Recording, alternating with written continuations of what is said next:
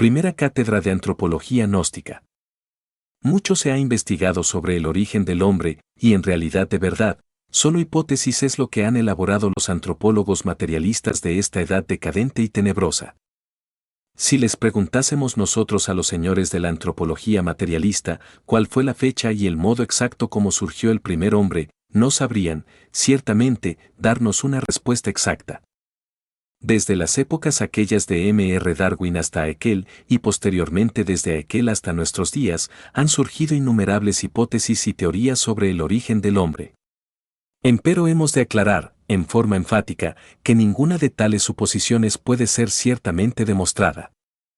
El mismo Haeckel asegura, con gran énfasis, que ni la geología, ni tampoco esa otra ciencia llamada filogenia, tendrán jamás exactitud dentro del terreno de la mismísima ciencia oficial. Si aseveración de esta clase hace un Haeckel, ¿qué podríamos nosotros añadir a esta cuestión? En realidad, esto del origen de la vida y del origen del hombre no podría ser ciertamente conocido, en tanto la humanidad no haya estudiado a fondo la antropología gnóstica. ¿Qué nos dicen los protistas materialistas? ¿Qué afirman ellos con tanta arrogancia? ¿Qué es lo que suponen sobre el origen de la vida y de la psiquis humana? Recordemos, con entera claridad meridiana, al famoso monerón atómico de Haeckel, entre el abismo acuoso, complejo átomo que no podría, en modo alguno, surgir de un azar, como lo supone ese buen señor. Ignorante en el fondo, aunque alabado por muchos y muchísimos ingleses, hizo gran daño a la humanidad con sus famosas teorías. Solo diríamos, parodiando a Job, que su recuerdo se borre de la humanidad y que su nombre no figure en las calles. ¿Creen ustedes acaso que el átomo del abismo acuoso, el monerón atómico, podría surgir del azar? Si para construir una bomba atómica se necesita de la inteligencia de los científicos, ¿cuánto mayor talento se requeriría para la elaboración de un átomo? Si negáramos los principios inteligentes a la naturaleza, la mecánica dejaría de existir. Porque no es posible la existencia de la mecánica sin mecánicos. Si alguien considerase posible la existencia de cualquier máquina sin autor, me gustaría que lo demostrara y que pusiese los elementos químicos sobre el tapete del laboratorio para que surgiera una radio, un automóvil, o simplemente una célula orgánica. Creo que ya don Alfonso Herrera, el autor de la plasmogenia, logró fabricar la célula artificial, mas esta siempre fue una célula muerta, que jamás tuvo vida. ¿Qué dicen los protistas? Que la conciencia, el ser, alma o espíritu, o simplemente los principios psíquicos, no son más que evoluciones moleculares del protoplasma a través de los siglos. Obviamente, las almas moleculares de los fanáticos protistas no resistirían jamás un análisis de fondo.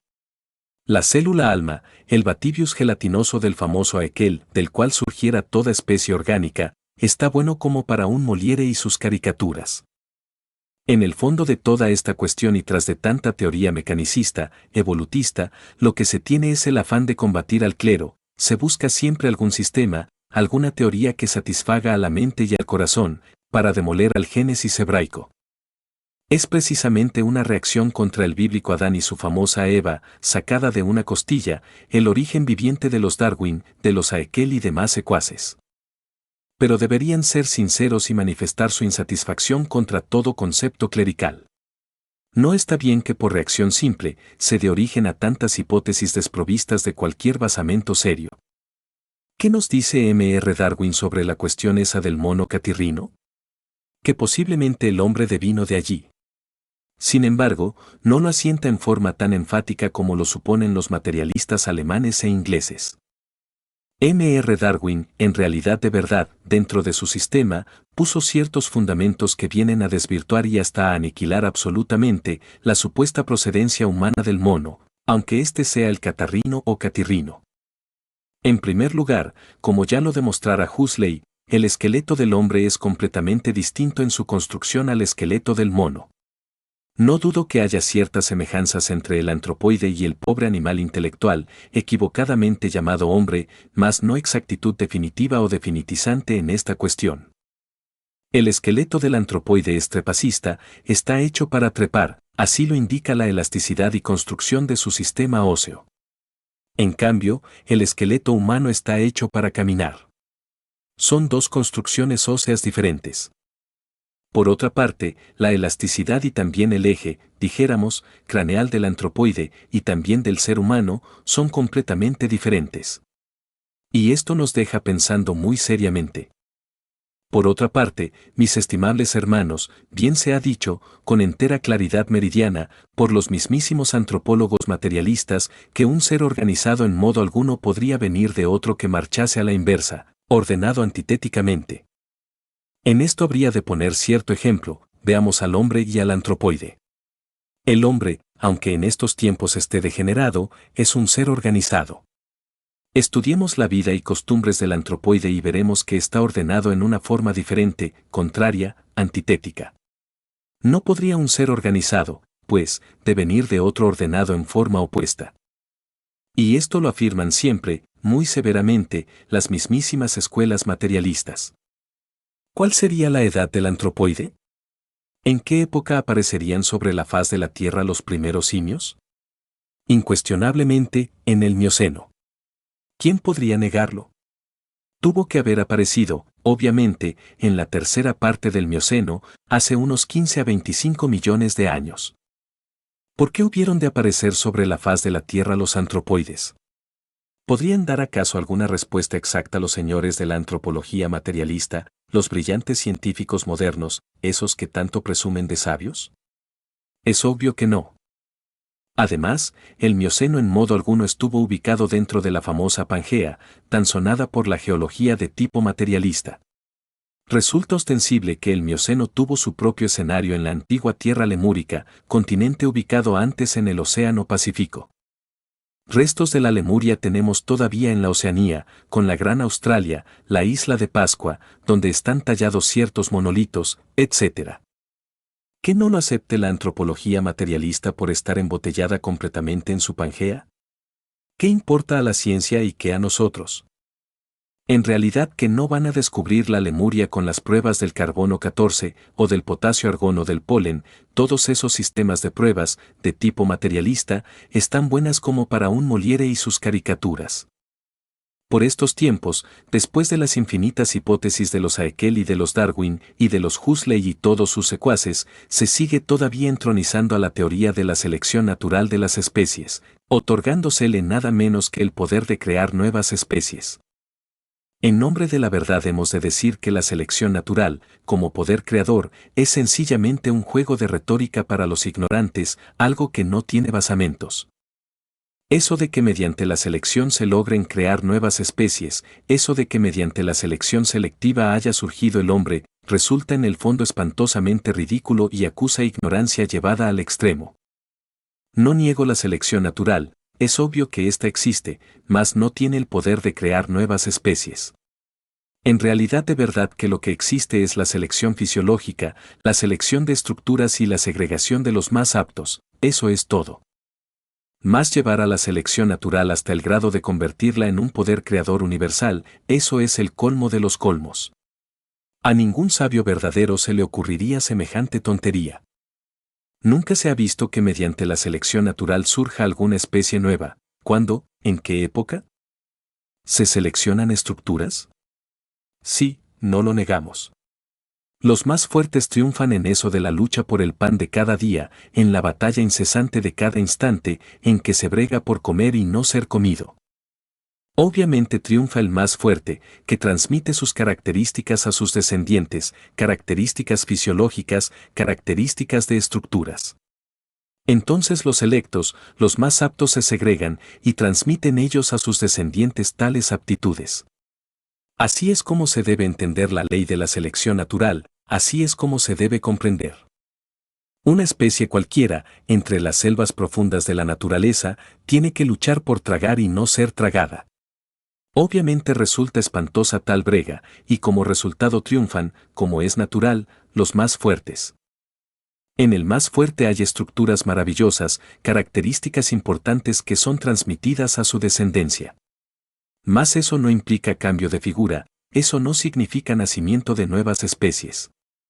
Jamás, ningún científico materialista ha visto que de una especie surja otra por ley de selección natural, no les consta, no lo han palpado nunca. ¿En qué se basan? Es fácil lanzar una hipótesis y luego aseverar, en forma dogmática, que es la verdad y nada más que la verdad.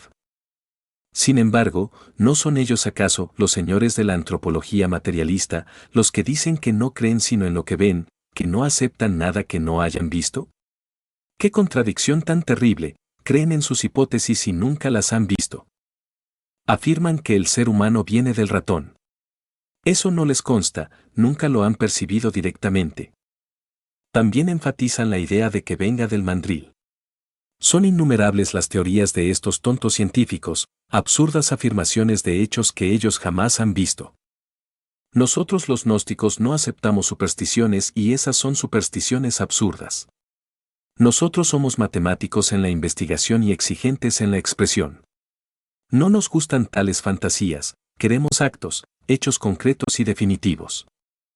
Así que, investigando dentro de esta cuestión, relacionada con nuestros posibles antecesores, podemos evidenciar, claramente, el estado caótico en que se encuentra la ciencia materialista, el desorden total de sus mentes degeneradas y la falta de capacidad para la investigación. Esa es la cruda realidad de los hechos. Esta cuestión, este asunto, de que de ciertas formas homínidas surjan otras, así porque sí, fundamentados únicamente en pruebas tan ridículas como las del carbono 14, o del potasio argón, o del polen, constituyen en realidad la vergüenza de esta época del siglo XX. Nosotros, los gnósticos antropólogos, tenemos sistemas diferentes para la investigación, tenemos disciplinas especiales que nos permiten poner en actividad ciertas facultades latentes en el cerebro humano, ciertos sentidos de percepción completamente desconocidos para la antropología materialista. Que la naturaleza tenga memoria, es lógico, y un día se podrá demostrar.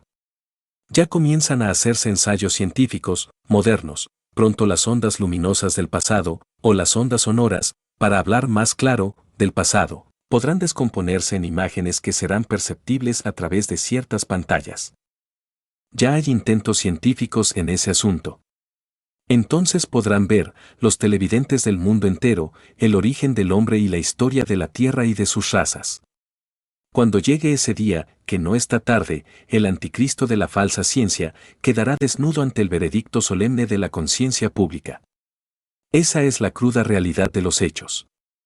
La cuestión esta de la selección natural, del clima, ambiente, etcétera, fascina realmente a muchas gentes y, por ende, éstas se olvidan sobre los tipos originales de los cuales surgieran las especies.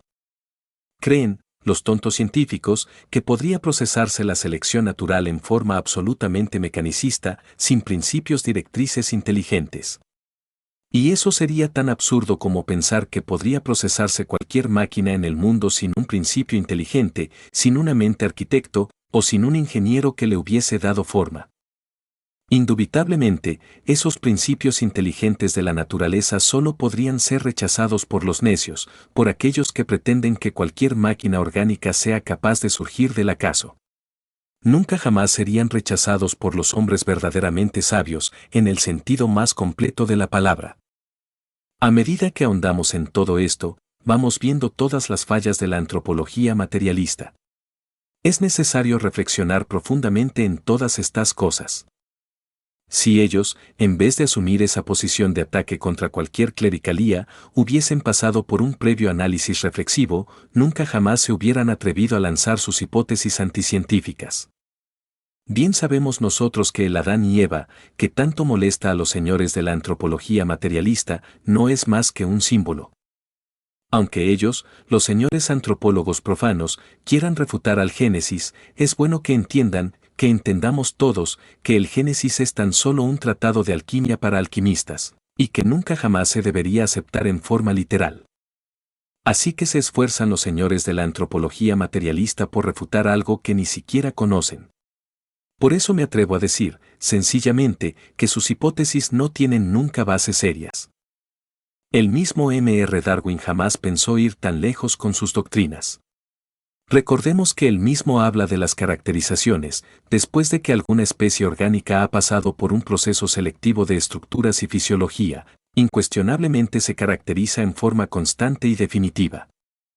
Así que, si el famoso antropoide, simio, hubo de pasar por procesos selectivos, posteriormente asumió sus características totales y jamás volvió a pasar por ningún cambio. Eso es obvio. La cuestión aquella del noepitecoide, con sus famosos 3 hijos, cinocéfalo con cola, el mono sin cola y el hombre arbóreo paleolítico, nunca han tenido, en verdad, verificaciones precisas, exactas. Son tan solo teorías sin basamento alguno, por cierto, espantosamente ridículas. Quienes se afanan tanto por los mamíferos prosimianos, cuál es el famoso lemúrico, se ve que ni remotamente sospechan lo que es el hombre en sí mismo y su origen. El famoso lemúrico, al cual se considera también como uno de nuestros antepasados, tan alabado por algunos científicos por su famosa placenta discoidal, nada tiene que ver con el génesis humano. Todo eso, en el fondo, no son sino fantasías desprovistas de toda realidad. Entran los famosos científicos materialistas en acción para estudiar la evolución mecánica de la especie humana o de cualquiera de las otras especies, en mitad del camino, después de que éstas cristalizaron en forma sensible, pues antes habían pasado por terribles procesos evolutivos e involutivos dentro del espacio psicológico. En lo hipersensible, en las dimensiones superiores de la naturaleza y del cosmos. Claro que, al hablar nosotros así, se sienten los antropólogos materialistas tan nerviosos y molestos como los chinos cuando escuchan algún concierto occidental. Ríen, posiblemente ríen, sin saber ellos que el que ríe de lo que desconoce está en el camino de ser idiota. Se buscan semejanzas, sí, se hace creer que la forma de la cabeza y de la boca del tiburón da origen a otros mamíferos, y entre ellos, el hermano ratón. Ahora el ratón pasó a ser un gran señor, pues es nada menos que nuestro antepasado, el antecesor de los Haeckel, de los Darwin, posiblemente, o de los Huxley, o de los famosos faraones del viejo Egipto, o de Einstein. ¿Qué sé yo? Se le considera como un mamífero prosimiano, ha pasado, en realidad de verdad, a ocupar un primer puesto en las salas de conferencias. Hasta donde ha llegado en verdad la ignorancia del ser humano. No niego que el ratón no hubiese existido en la Atlántida, por cierto que tenía el tamaño de cualquier cerdo. Ya sobre eso habla claramente don Mario Rosso de Luna, el insigne escritor español. Si existió en la Atlántida, tampoco le niego vida en la Lemuria, pero que sea, si no el más importante, uno de los más importantes antecesores del hombre, resulta totalmente diferente. En verdad que cuando no se conoce la antropología gnóstica, se cae en los absurdos más espantosos. Entonces se inclinan los secuaces del anticristo ante el ratón, o ante el tiburón, a quien también se le considera viejo antecesor, o ante el lemúrico, animalillo muy interesante, etc. Pero cuando uno ya conoce a fondo la antropología gnóstica no cae en semejantes ridículos. Al analizar cuidadosamente los principios de la antropología materialista, descubrimos que sus fantasías se deben, precisamente, al desconocimiento total del gnosticismo universal. Eso de que porque un rasgo del rostro, etc., se parezca a otro, sirva de base para asentar una posible descendencia, resulta tan empírico en el fondo como aquellos que suponen que el hombre fue hecho de barro, y que lo toman en el sentido literal de la frase, entre paréntesis, sin darse cuenta de que eso no es más que algo simbólico. Los gérmenes originales de la gran naturaleza, hombres o bestias, se desarrollan siempre en el espacio psicológico y dentro de las dimensiones superiores antes de cristalizar en forma física. No hay duda de que son similares en sus construcciones, de manera que no podrían jamás servir de basamento o de fundamento para asentar una teoría o simplemente para lanzar un concepto básico. Se diferencian los gérmenes a medida que cristalizan y lentamente, eso es apenas normal. El origen del hombre es algo más profundo. Se desenvolvió desde el caos, en las dimensiones superiores de la naturaleza, hasta cristalizar en forma sensible en los antiguos tiempos. Incuestionablemente, en futuros capítulos iremos avanzando más y más en toda esta cuestión. Quiero decirles, con entera sinceridad, que el origen de la humanidad quedará al descubierto en estas conferencias. ¿Qué causas primarias y secundarias dieron origen a la humana especie? ¿Conocen acaso esto los antropólogos materialistas? Si todos los científicos, secuaces de Haeckel, saben muy bien que todo el pasado geológico y la filogenia materialista jamás llegarán a ser ciencia exacta, así lo han afirmado, así lo han dicho, entonces ¿qué? Estamos en una época de grandes inquietudes, y el misterio del origen del hombre debe ser aclarado. El terreno de las hipótesis es deleznable, es como un paredón sin cimientos, basta darle un ligero empujón para convertirle en menudo sedimento. Lo más grave de la antropología materialista es negar los principios inteligentes de la maquinaria universal. Obviamente, tal actitud deja a la maquinaria sin bases, sin fundamentos. No es posible que la máquina ande o sea construida al azar. Los principios inteligentes de la naturaleza están activos y en todo proceso selectivo se manifiestan ellos sabiamente. Absurdo resulta también embotellarnos en el dogma de la mecánica evolutiva. Si en la naturaleza existen los principios constructivos, incuestionablemente existen también los destructivos. Si hay evolución en las especies vivientes, existe también la involución. Hay evolución, por ejemplo, en el germen que muere para que el tallo nazca, en la planta que crece, que echa hojas y que al fin da frutos. Hay involución en la planta que se marchita y que fenece, y que por último, se convierte en un montón de leños. Hay evolución en la criatura que se gesta dentro del vientre materno, en el niño que juega, en el joven. Hay involución en el anciano que decrece y que al fin muere. Evolucionan los mundos cuando surgen del caos a la vida, después involucionan cuando al fin se convierten en nuevas lunas. Así es que, si consideramos la antropología exclusivamente a través de la mecánica evolutiva, estamos hablando en forma parcial y caemos en el error. Mas si estudiamos la antropología también a la luz de la involución, entonces marchamos equilibradamente, porque evolución e involución constituyen el eje mecánico de toda la naturaleza. Así que, considerar que la evolución es la única base de todo este gran mecanismo natural, resulta absurdo en forma total. Tenemos que considerar la vida y la muerte, los tiempos de desarrollo y los tiempos de caducidad, solo así marcharemos correctamente, dentro de la dialéctica gnóstica, en su forma integral. En modo alguno estamos dispuestos nosotros a quedar embotellados en el dogma materialista evolutivo. Tenemos que estudiar también los procesos involutivos de la antropología, o marchamos por el camino del error. ¿Cuáles son los tipos originales de esta raza humana? ¿Quién los conoce? Nosotros tenemos métodos, sistemas científicos, por medio de los cuales podemos ver, oír, tocar y palpar esos tipos originales. Sabemos muy bien que antes de que el animal intelectual apareciera sobre la faz de la Tierra, en la Atlántida de Platón, que no es una simple fantasía como pretenden los fanáticos ignorantes de la famosa Pangea materialista, apareció, en realidad de verdad, el hombre.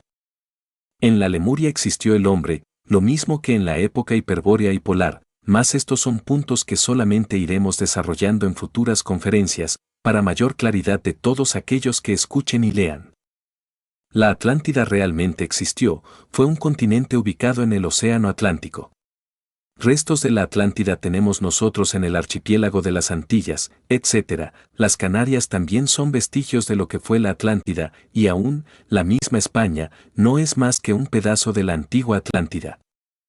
Pero esto no lo conocen los fanáticos de la antropología materialista, ni los geólogos, tan atrasados en el fondo, incapaces para proyectarse en el tiempo. ¿Cómo podrían ellos saber algo sobre lo que ocurriera hace tantos millones de años, en la era miocena? ¿Qué saben ellos del Mioceno? Lo han visto, lo han tocado, lo han palpado. Si nosotros hablamos del Mioceno es porque podemos verlo, y sabemos que es asequible a aquel que sea capaz de desarrollar las facultades trascendentales del ser, latentes en el cerebro humano. Pero la actitud de negación materialista es incongruente. Se dice que no se cree sino en lo que se ve, y ellos creen todas sus hipótesis absurdas. Hipótesis que nadie ha visto, que a nadie le constan. En realidad de verdad, nunca científico alguno vio surgir el primer hombre, más hablan ellos con tanta autosuficiencia como si hubieran estado en el Mioceno, como si hubieran visto a los antropoides surgiendo allá, de la antigua Lemuria.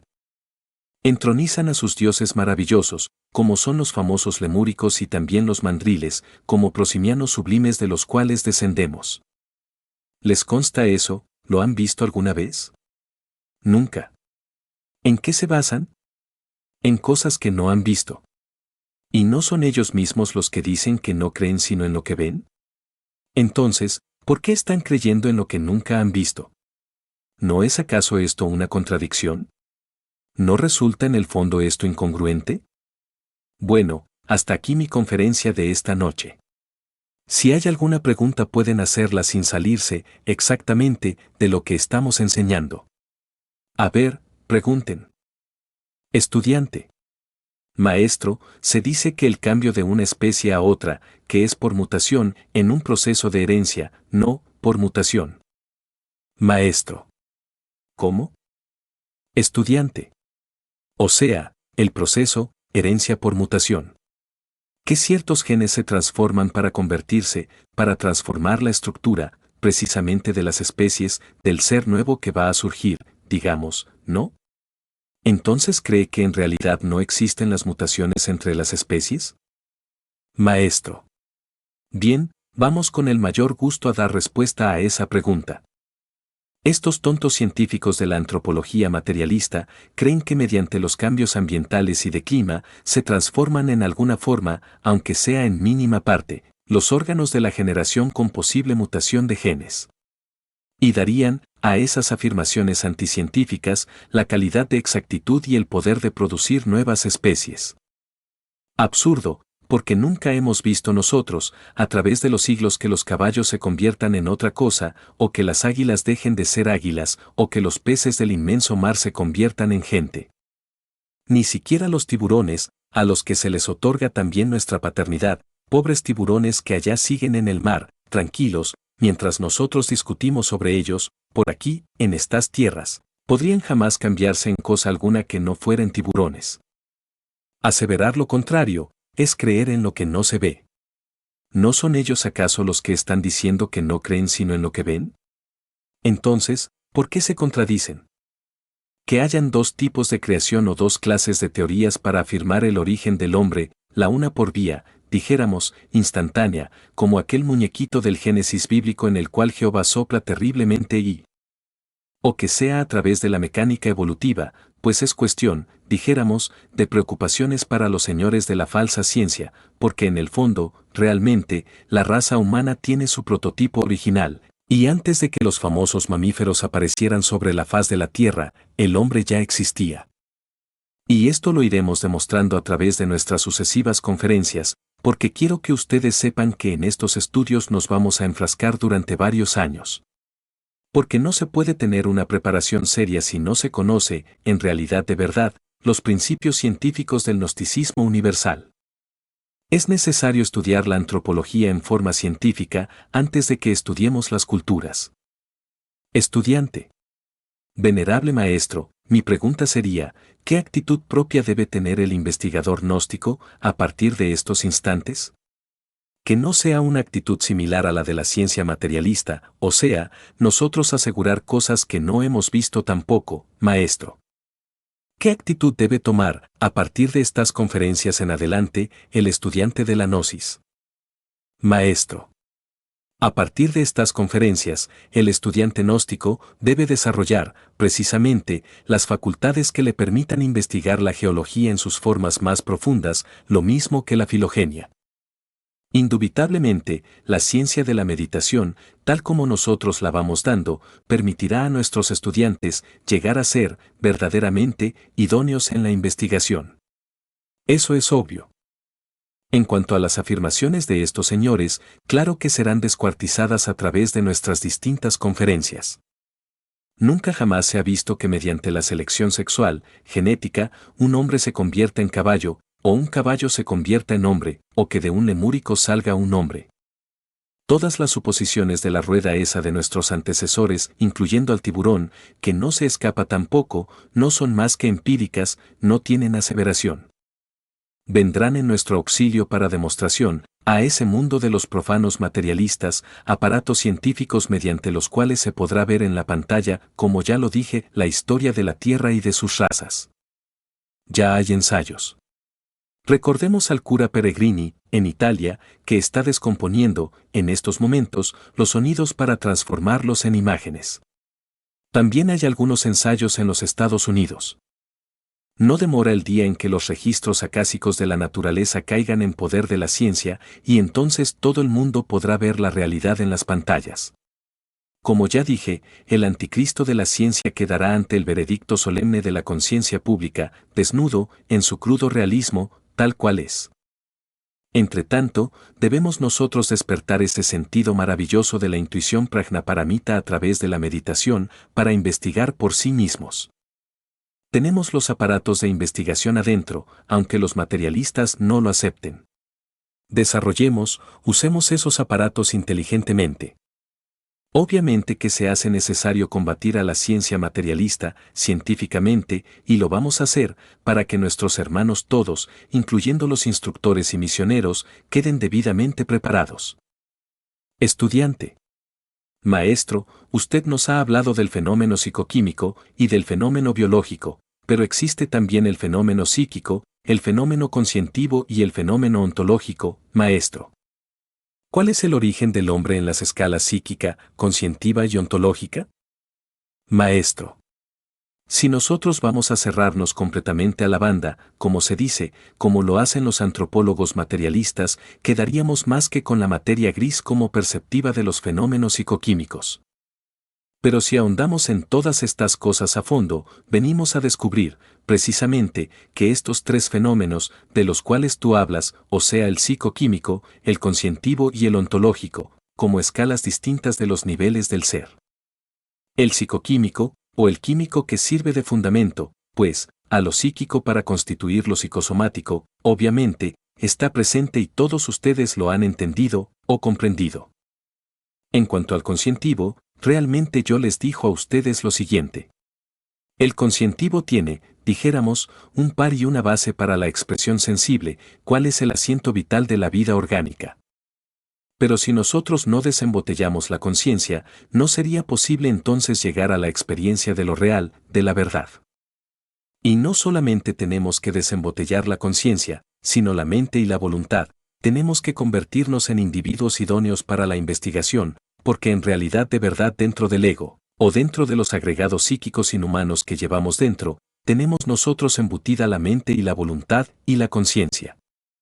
La mente es importante para el estudio, para el análisis, pero la gente no tiene mente íntegra, unitotal, individual, la gente tiene la mente dispersa embotellada entre los distintos elementos psíquicos indeseables. Por estos tiempos se habla, por ejemplo, mucho de dinámica mental.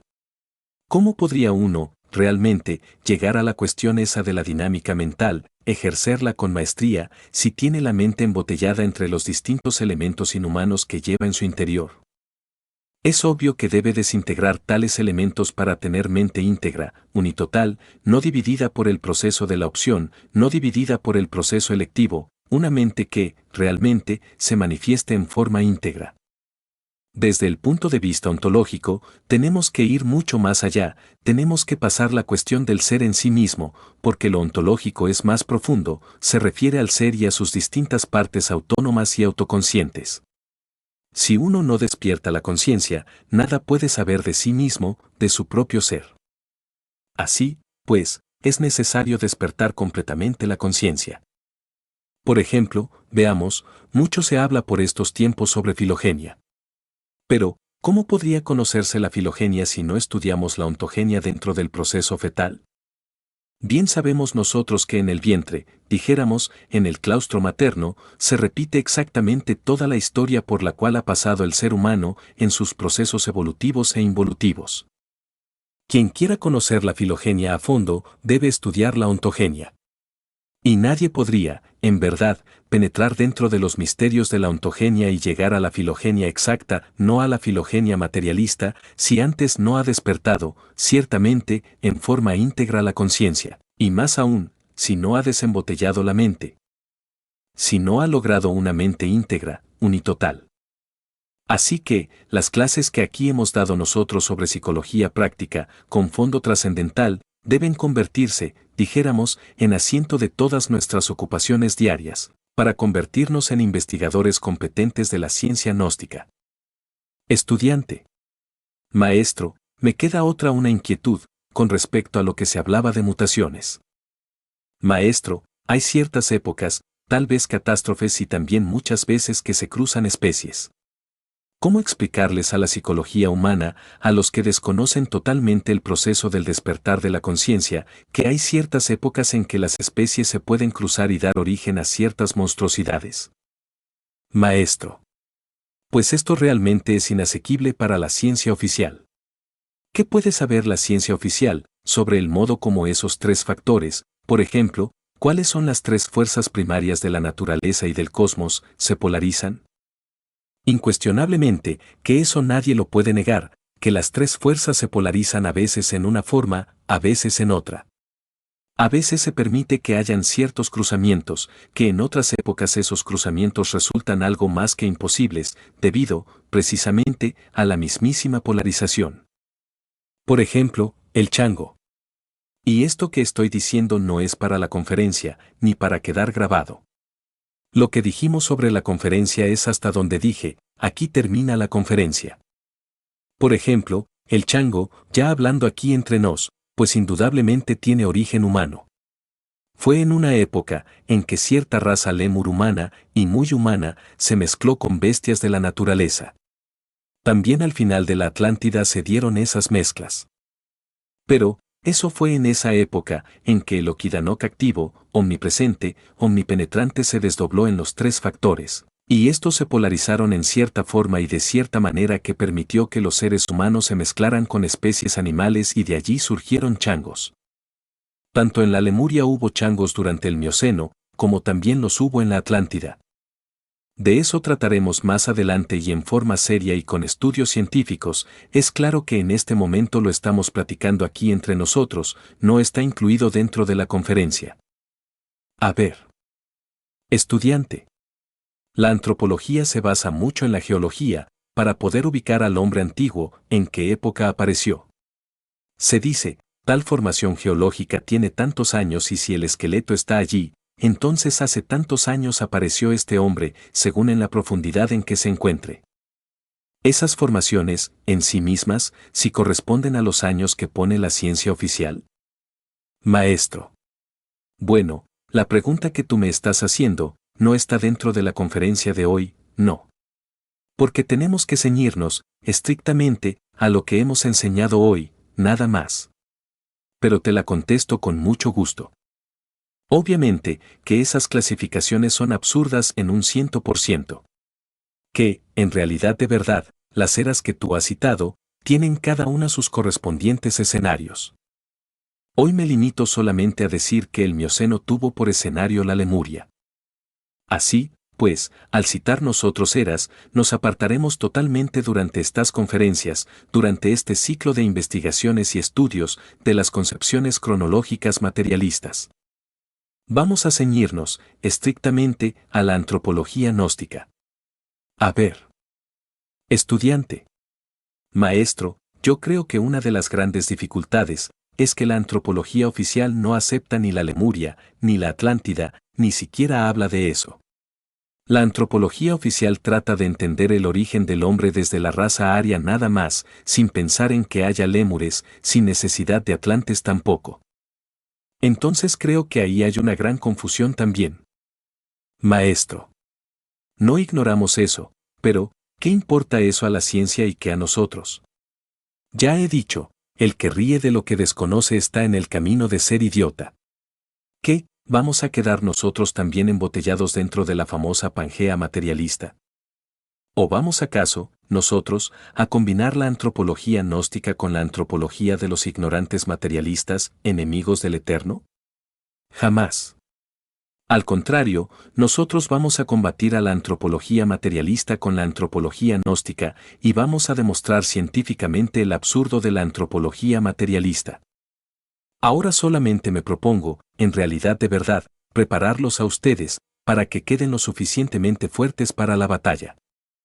Dentro de algún tiempo, cuando estén preparados, en verdad retaremos públicamente a la antropología materialista ante el veredicto solemne de la conciencia pública, y científicamente, los venceremos en el campo de batalla, eso es todo. Estudiante. Perdone, maestro, en que yo insista en la misma pregunta, tal vez la formulé mal. La base del hombre está en la tierra, o sea los estudios de antropología empiezan por la geología. ¿Esas eras geológicas que existen las vamos a ver nosotros? ¿Vamos a tener también una base a través del planeta? Maestro, ¿cómo podría ocurrírseles a ustedes que fuéramos, todos nosotros, a estudiar la antropología excluyendo la geología? ¿Sería eso tan absurdo como querer que un drama se representara sin escenario, en el aire, así porque sí? Todo el drama de la vida humana, toda la historia de la Tierra y de sus razas se ha desenvuelto dentro de distintos periodos geológicos. Por lo tanto, a través de estos estudios se van contemplando esos periodos geológicos. Mas no vamos a desenvolver nuestra didáctica de acuerdo con el programa de la antropología materialista, porque no somos copiones. Sencillamente, vamos a ir desarrollando todas estas cuestiones antropológicas y geológicas de acuerdo con nuestra propia dialéctica. Hoy solamente he querido poner como principio Lemuria y Atlántida. Los estudios que habrán de procesarse a través de nuestras exposiciones antropológicas irán echando cada vez más y más luz sobre la cuestión geológica de Lemuria y Atlántida, y en general, sobre los distintos procesos geológicos de la Tierra a través de los millones de años que han transcurrido. En modo alguno, vamos a enseñar antropología excluyendo la geología y las distintas eras históricas, eso sería absurdo. Así que se tenga en cuenta, nosotros no necesitamos tomar prestado nada de la antropología materialista. Únicamente vamos a poner las cartas sobre la mesa y a demostrarle al mundo que la antropología materialista es falsa en un 100%, eso es todo. A ver, habla hermano. Estudiante. Quería referirme, venerable maestro, a algunas preguntas que se han hecho, que demuestran, pues, en el fondo quizás algo de temor a la confrontación futura que se tenga con los antropólogos científicos. Yo diría, venerable, que no puede ser antropólogo aquel que no se conoce a sí mismo. Ahora, mi pregunta era la siguiente, se ha hablado de la selección natural, de la lucha. Maestro. Pero, ¿cuál es tu pregunta? Primero me planteas algo. Eso no es pregunta. Voy a contestar primero, luego viene la segunda. Tenemos que ser exactos.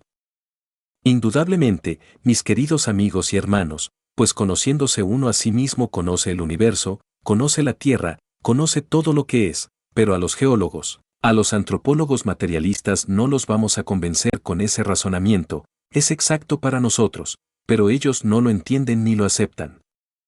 Así, pues, a ellos los vamos a combatir con nuestra dialéctica científica. Y eso es todo. Ahora, habla tú. Estudiante. Bueno, se hablaba de la selección natural, maestro, entonces, nosotros hemos venido observando que algunas especies han desaparecido. Entonces, nuestra pregunta es si las especies realmente desaparecen, o se reabsorben en sus arquetipos primigenios, para luego reaparecer en otra futura ocasión de acuerdo a los ciclos vitales de un planeta. Maestro. Ya hablé sobre eso en un mensaje de Navidad anterior que ustedes conocieron. Hablé sobre los gérmenes de la vida, entonces dije que esos gérmenes estaban contenidos aquí mismo, en la naturaleza, y que tienen sus tiempos de evolución y de involución. Una especie, por ejemplo, sale de su estado germinal cuando es su tiempo, su hora, y en el medio ambiente que le pertenece, etc., entonces se le ve en evolución. Cuando las condiciones del medio ambiente cambian, entonces esa especie involuciona y al fin desaparece, pero al desaparecer quedan sus gérmenes suspensos en la atmósfera, en la naturaleza. Si se crearan artificialmente condiciones similares a las que existieron en aquella época, esa especie volvería a aparecer, y luego desaparecería otra vez, al desaparecer esas condiciones. Así pues que las especies, los gérmenes, todo lo que es, ha ido y será, tiene sus tiempos de manifestación y sus tiempos de pralaya. Estudiante. Yo creo que con esta explicación, maestro, se le da un golpe, digámoslo así, fulminante a ese aspecto de la creación por selección natural. Maestro. Pues, sí. Los científicos materialistas tienen tan absurdos conceptos como suponer, por ejemplo, que las especies pueden tener cambios espontáneos, variaciones accidentales, y sin embargo ellos mismos han aceptado el dogma de que estamos en un universo de fuerza, de materia y de necesidad.